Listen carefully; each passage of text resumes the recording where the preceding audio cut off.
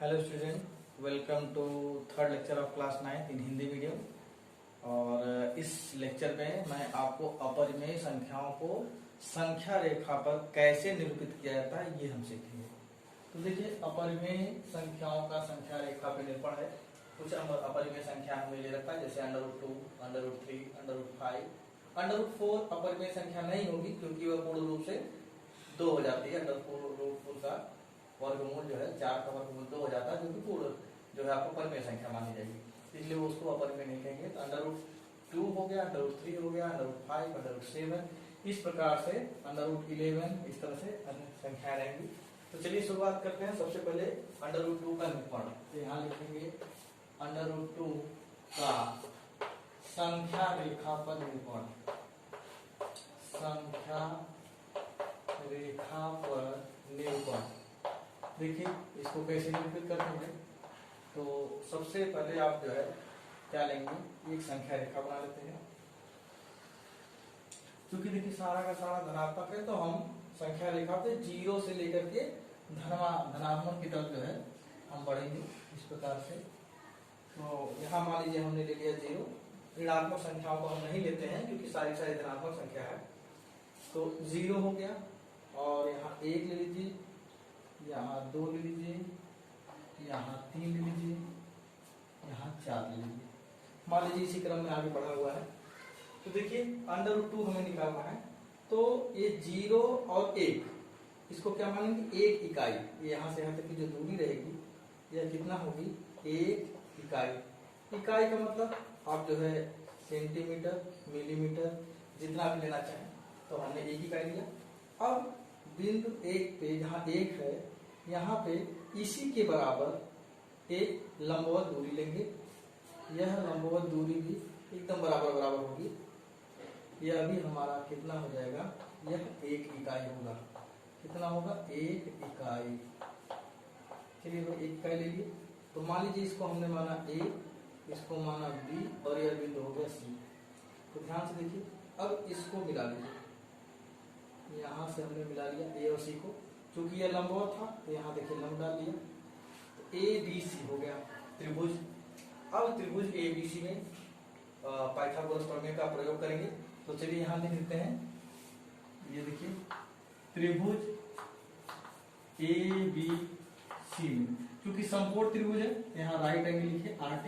समकोण त्रिभुज ABC में पाइथागोरस प्रमेय से, पाइथागोरस प्रमेय से क्या कहते हैं भाई, देखिए लंब का वर्ग धन आधार का वर्ग बराबर कर्ण का वर्ग। तो यानी क्या हो जाएगा, AB का स्क्वायर प्लस BC का स्क्वायर इक्वल टू AC का स्क्वायर। ठीक है। तो यहाँ पे इसको A यहाँ करिए, थोड़ा सा देखने में अच्छा लगेगा। इसको करके C, चलिए ABC। तो AB का स्क्वायर यानी लंब आधार BC का स्क्वायर इक्वल टू AC का स्क्वायर। इसको हमने 1 इकाई माना है, यह 1 इकाई का वर्ग, यहाँ 1 इकाई का वर्ग बराबर AC का वर्ग। तो 1 का वर्ग करेंगे तो क्या हो जाएगा, 1 धन 1 बराबर AC का वर्ग, यानी कुल मिलाकर हो जाएगा 2 बराबर AC का वर्ग। तो AC बराबर क्या हो जाएगा, AC बराबर हो जाएगा √2 इकाई। तो इसका जो मान हो गया AC √2 इकाई हो गया, यानी कि ये क्या हो जाएगा, √2 इकाई। यह दूरी कितना हो जाएगा, √2 इकाई।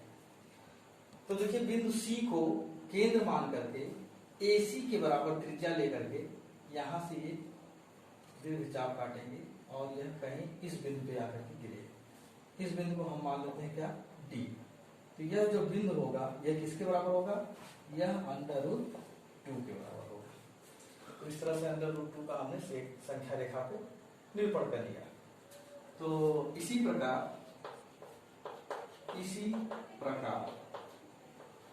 अब देखिए √3 का, इसी प्रकार √3 का निरूपण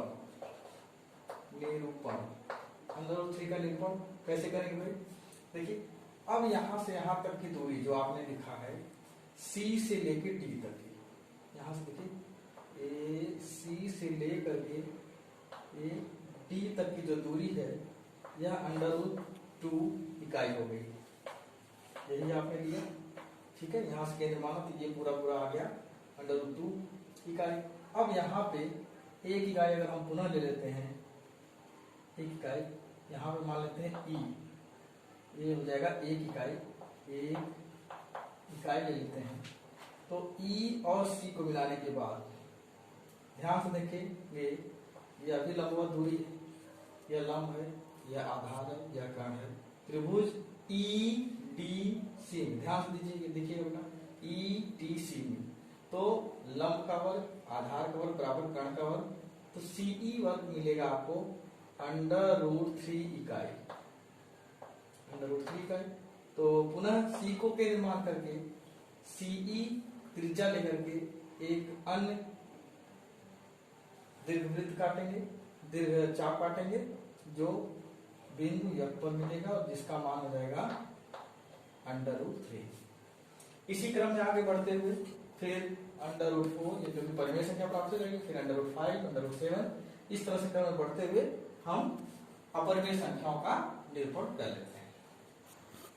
चलिए अब देखते हैं दशमलव अपरिमेय संख्याओं का संख्या रेखा पर निरूपण।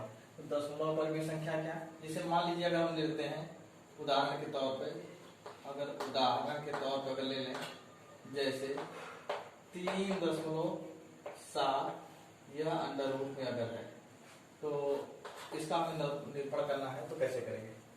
तो सबसे पहले एक रेखा खींच लेंगे और इसको यल द्वारा रिप्रेजेंट करते हैं कि हाँ यल एक रेखा है। इस पे दो बिंदु 3.7 सेंटीमीटर कर लेंगे। ये यहां से यहां तक हमने 3.7 सेंटीमीटर का ए बी बिंदु ले लिया। कितना लिया भाई? 3.7। ये मान लीजिए सेंटीमीटर में है, इसको भी हमने सेंटीमीटर में ले लिया। ठीक है, फिर उसके बाद इसमें एक सेंटीमीटर का अन्य बिंदु और ले लिया, इसी के आगे बढ़ा लिया 1 सेंटीमीटर BC। फिर उसके बाद A और C का लंब समद्विभाजक खींचेंगे मध्य बिंदु प्राप्त करने के लिए। तो क्या करेंगे? AC में आधे से अधिक के आसपास जो है, आधे से अधिक के बराबर एक त्रिज्या लेकर के ऊपर और नीचे मार्क लगाएंगे। इसी तरह C से लगाएंगे, निशान लगाएंगे और इसको इस तरह से विभाजित कर देंगे, यह मध्य बिंदु प्राप्त हो जाएगा। इसको हम D ले लेते हैं। D से AD और DC अब बराबर बराबर हो जाएगा। बिंदु D को केंद्र मान करके A और C पर एक दीर्घ चाप काटेंगे और वह दीर्घ चाप अर्धवृत्त के रूप में होगा। ये देखिए अर्धवृत्त पूरा खिंचा गया। ठीक है, अब अर्धवृत्त खींचने के बाद जो हमारा बिंदु B था इस पे हम लंब खींचेंगे और यह लंब जो है आपको कहाँ प्राप्त होगा? यहाँ पे कट करेगा। ABCD, इसको E बिंदु ले लीजिए। तो यह लंब हमने खींचा बिंदु B पे, जो अर्धवृत्त को कहाँ पे काटा? E पे काटा। अब E पे काटने के बाद बिंदु B और E इसी के बराबर त्रिज्या लेकर के, B E के बराबर त्रिज्या लेकर के बिंदु B से केंद्र मान कर यहां से अन्य चाप काटेंगे जो रेखा यल को F पर काटती है। तो यह जो बिंदु प्राप्त होगा F, इसका मान √3.7 सेंटीमीटर होगा। यह बिंदु B से लंब काटेंगे, यह लंब हमारे अर्धवृत्त को बिंदु E पर प्रतिच्छेद करता है। यह BE के बराबर दूरी लेकर के, यह त्रिज्या लेकर के बिंदु B से को केंद्र मान करके एक दीर्घ चाप काटेंगे जो रेखा L को F पर प्रतिच्छेद करता है। यह बिंदु √3.7 सेंटीमीटर को दर्शाता है। तो इस प्रकार से हम दशमलव अपरिमेय संख्याओं का निरूपण करते हैं। अब अन्य उदाहरण लेकर के भी इस तरह से हम बना सकते हैं। चलिए अब दूसरी तरह का प्रश्न लेते हैं। सिद्ध कीजिए कि √2 एक अपरिमेय संख्या है। तो इसको सिद्ध करने की दो विधियां, पहले परिभाषा के आधार पे। तो हम पहली विधि देखते हैं। पहली विधि, जो पहली विधि है वह परिभाषा के आधार पर है। परिभाषा के आधार पर क्या लिखेंगे? √2 का दशमलव प्रसार निकालेंगे तो क्या हो जाएगा? 1.414213 इस तरह से निकलेगा। तो √2 का दशमलव प्रसार हम देख रहे हैं किस तरह का है, अनावर्ती और अशांत है। ठीक है, लिखेंगे जो कि अनावर्ती और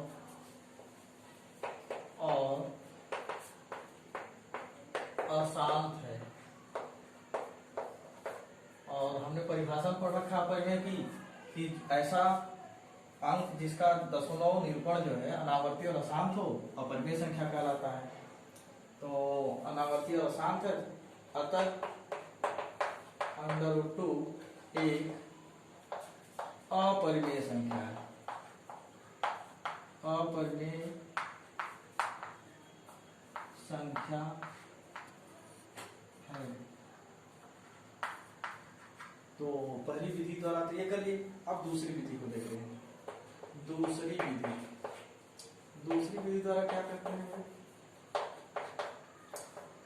दूसरी विधि को निकालने के लिए सबसे पहले हम क्या करेंगे? क्योंकि इसको अपरिमेय सिद्ध करना है तो हम इसको पहले परिमेय मान लेते हैं।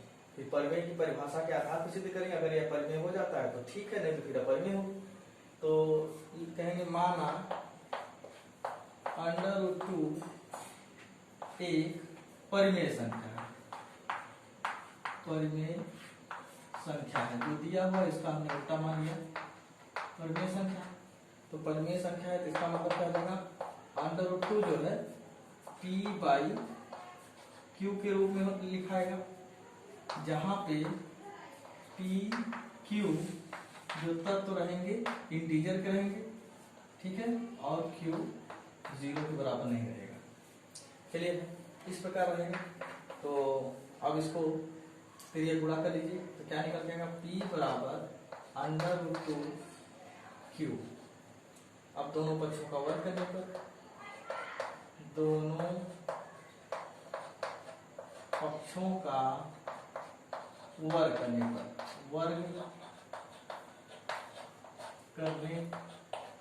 दोनों पक्षों का वर्ग कर दीजिए। तो वर्ग करने पर हमें क्या प्राप्त हो जाएगा? P² बराबर 2Q²। तो P² बराबर 2Q² हो गया। इसको समीकरण 1 कर लीजिए। फिर उसके बाद जब इतना हो जाएगा तो कहेंगे, यहां पे देख लीजिए क्या कहेंगे कि 2 P² का एक गुणनखंड है। क्या है भाई? अतः 2 P² का एक गुणनखंड है।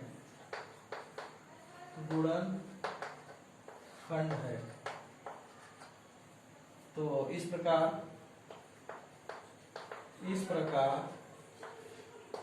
2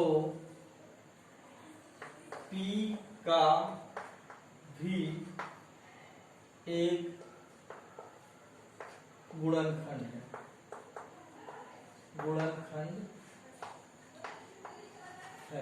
देखिए जब P² का 2, देखिए यहाँ से 2 गुणे Q² है, यानी कि 2 P² का एक गुणनखंड है। तो P का भी एक गुणनखंड होगा। यह थ्योरम ऑफ यूनिकनेस के आधार पे है। तो इसको कहेंगे समीकरण 2 मान लीजिए, जो आपने स्टेटमेंट में माना है ये है।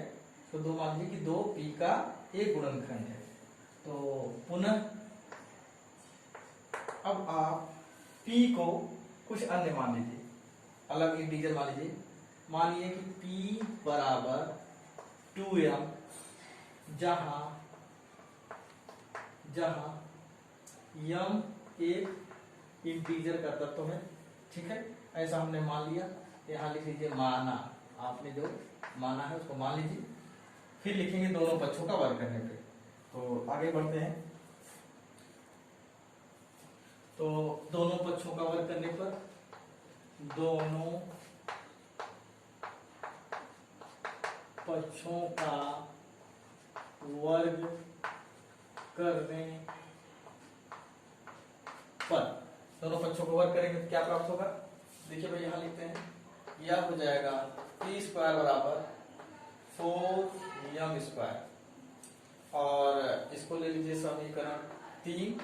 तो ध्यान से देखिए, जो हमने समीकरण 1 माना था p स्क्वायर बराबर 2q², यहाँ पे लिख लेंगे समीकरण 1 और 3 से क्या हो जाएगा? p स्क्वायर की जगह 2q² लिख लेंगे, 2q² बराबर 4m²। अब यहाँ देखिए 2 से कट जाएगा, यहाँ हो जाएगा 2, ये हो जाएगा q² बराबर 2m²। तो ध्यान से देखिए, इससे क्या लिख सकते हैं कि अतः यहाँ पे जो 2 रहेगा q² का गुणनखंड होगा। अतः 2q² का एक गुणनखंड होगा, गुणनखंड है, 2 से विभाजित होगा, तो जाहिर सी बात है 2 का गुणनखंड होगा। इसलिए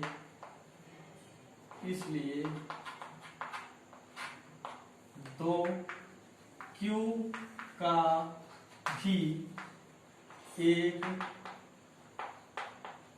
गुणनखंड है। अब इसको जो है, यहां तक हमने समीकरण 3 मान रखा है, इसको 4 मान लीजिए। इसको हम कहते हैं, जो स्टेटमेंट है हमारा, ये जो कथन है, चौथा। तो अब लिखेंगे समीकरण 2 और 4 से। देखिए 2 में हमने क्या कहा है कि 2p का भी एक गुणनखंड है, और चौथे में कह रहे हैं कि 2q का भी एक गुणनखंड है। और ध्यान से देखिए, तो हमने p और q जो है अंश और हर के रूप में है, यानी 2 इसका भी एक गुणनखंड है, 2 इसका भी एक गुणनखंड है। ये हमने समीकरण 2 और 4 से कहा है। तो इसका मतलब क्या है कि 2 दोनों में उभयनिष्ठ है। समीकरण 2 और 4 से क्या होगा? 2p और q में उभयनिष्ठ गुणनखंड है, उभयनिष्ठ गुणनखंड है, गुणनखंड है। देखिए भाई, अब 2 उभयनिष्ठ गुणनखंड है, लेकिन हमारी परिमेय की जो परिभाषा थी वह क्या थी कि जो वह संख्या जो p बटा q के रूप में लिखी जा सके, q 0 नहीं होना चाहिए और दोनों इंटीजर होना चाहिए, तथा p और q का जो उभयनिष्ठ गुणनखंड हो वह 1 होना चाहिए। और यहाँ हमें 2 प्राप्त हो रहा है, तो इसलिए यह जो है √2 एक परिमेय संख्या नहीं होगी। तो 2p और q के उभयनिष्ठ गुणनखंड है, अतः √2 एक, पहले लिख लीजिए कि अतः हमारी अवधारणा गलत है। जो आपने अवधारणा मान रखी थी परिमेय संख्या, तो लिखेंगे अतः हमारी अवधारणा जो आपने माना था वह गलत है, अवधारणा गलत है। इसलिए √2 एक अपरिमेय संख्या है। क्योंकि हमारा गुणनखंड एक ही होना चाहिए, 2 है, इसलिए जो है उभयनिष्ठ गुणनखंड 2 होने के अलावा के लिए, इसलिए हमारा √2 एक अपरिमेय संख्या है। और अगले लेक्चर में हम इस तरह से अलग अलग प्रश्न जो है वास्तविक संख्या पर आधारित हम हल करेंगे, उस पर डिस्कशन करेंगे। तो मेरे चैनल के साथ बने रहिए, देखते रहिए, और मेरे चैनल को लाइक सब्सक्राइब जरूर करिए, शेयर करना न भूलिए, और बेल आइकन जरूर दबाइए ताकि आपको नोटिफिकेशन मिलता रहे। Please like and subscribe my channel.